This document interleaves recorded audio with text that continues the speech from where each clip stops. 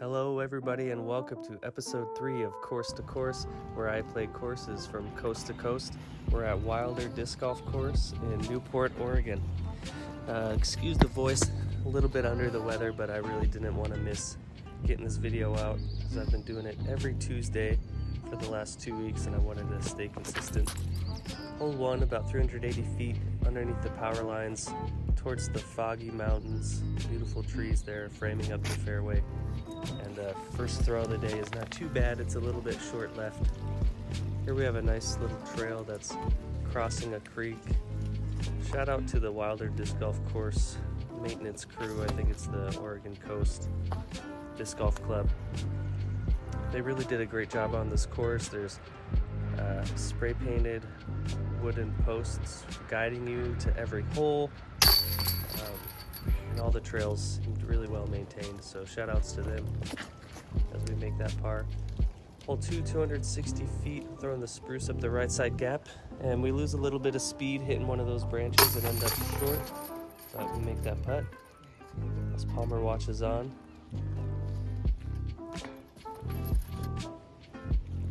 Hole 3 is another power line hole, a 531 foot par 4.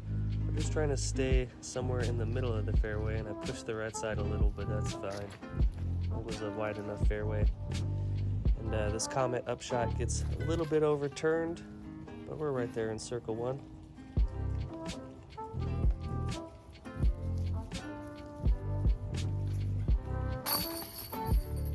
Cash that in. We're now 2 down through 3. Hole 4 is 231 feet. Pretty steep uphill, lots of trees. I feel like there is a little bit of a left side gap, but I like this right side hyzer. And the basket's kind of right behind that tree that my disc just landed by. And here's a clip to show you how steep uphill this actually is. It's pretty intense. And this is a 25-30 footer with the basket at least 6-7 feet off the ground. And we make it. I took my time with that one, and even though I felt like it had no speed on it, it just dropped in on the basket. So hole 5's 235 feet, kind of breaks to the right. We're throwing the AGL Douglas fir, and it comes out a little bit early, kisses off of that left side tree, and it's actually really good. I feel like if I didn't hit the tree, obviously it would have been better because it would have pushed straighter for longer and then broke to the right, but we're short right on the circle 1 edge, maybe 20-25 feet. We'll cash that in. The putter is on today. Look at this little orange guy. Alright, hole 6, 375 feet. There's a left side forehand gap and a right side sneaky gap right by that Mando tree that I barely passed left of. And I didn't get that disc turned over enough. I probably could have thrown a faster disc as well, but anyway, we throw the upshot with the baobab and give ourselves a nice easy tap in for par.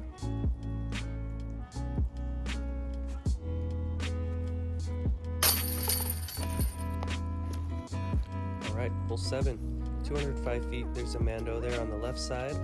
Throwing the baobab because it's downhill and I didn't want to throw too far.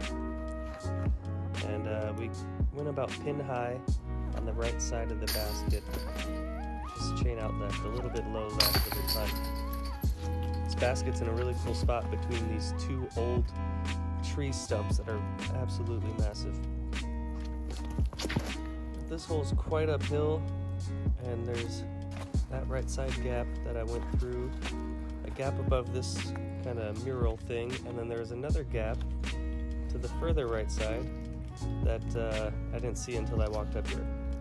Okay, circle 1, make the putt, and we move on to hole 9, 144 feet, throwing the Douglas fir.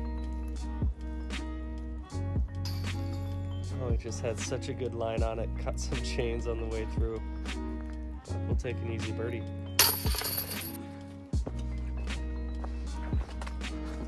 Those are the little orange posts I was talking about that guide you through the course. They have a little Sasquatch also on the top that's really cool. And hole 10 is a 390 something foot par 4. I feel like it might be longer. And although I was trying to go up the right side, I go up this left side and it works out pretty good. You can't see because my head blocks it, but I kick off to the right side of the fairway. And I had a pretty decent opening actually from where I was. And I put the upshot just a couple feet away from the basket. So we take the 3, even though we got a little bit lucky. Hole 11, throwing the Douglas fir again for a smooth little turnover. And I don't know if the road is OB, but I was playing it as it was, so it didn't come into play for me anyway.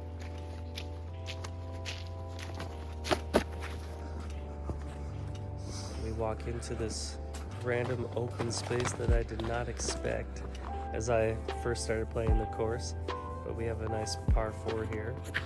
Throwing the AGL Locust, and this clip of it flying in the air is 8 seconds long, which I thought was awesome that disc had 8 seconds of airtime.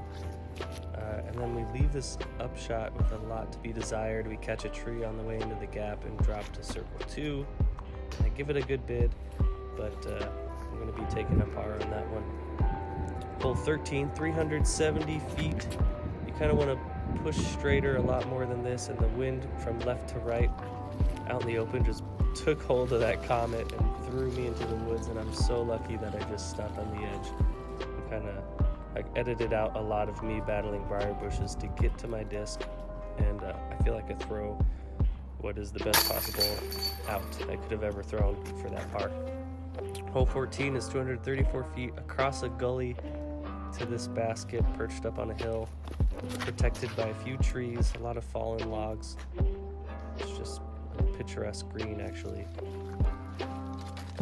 Nice little river crossing there. My disc kind of landed resting on that log that my foot was right behind, so I played within the rules with my foot behind the lie, and made the putt in this beautiful green.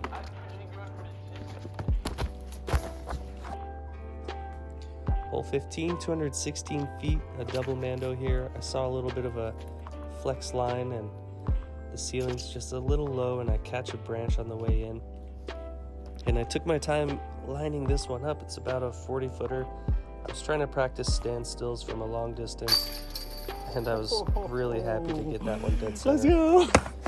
It's just one of those days where the putt is coming out really clean. Hole 16, 228 feet. We just buzz the edge of that tree, make the gap a little bit bigger, and then we sneak behind that other one. And I tripped myself on my own disc right there. And we take the birdie. Hole 17, 281 feet. A little downhill hyzer shot. I thought that I had pushed this a little too far to the left, but Palmer was telling me that I was parked. Well, it's about 15, 20 feet, but close enough for today. And hole 18, 293 feet, kind of turning to the right. I turned that disc way over. It was a Gateway Wizard that's been beat in, and I kiss off of that tree and get like an extra 60 to 80 feet off of it.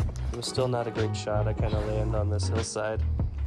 It took me a while to find my disc. I found this stick with the kind of jelly fungus on it.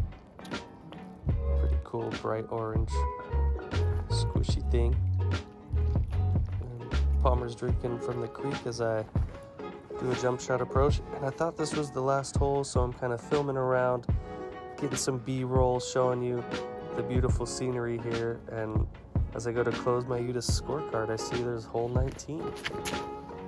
So here we are, throwing my Discraft Comet, trying to get it turned over, glide all the way down the hill, and I just kind of turned it over a bit too much, not pushing forward enough.